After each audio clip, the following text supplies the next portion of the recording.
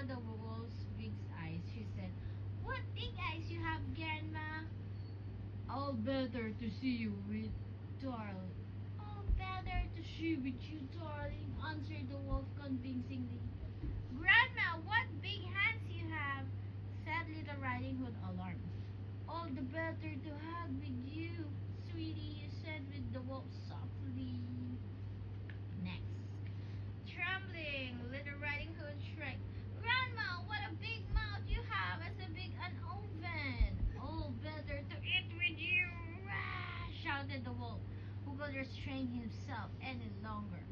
He leaped out of bed and gobbled up the girl. Then, satisfied, he sprawled out Grandma's bed and fell asleep.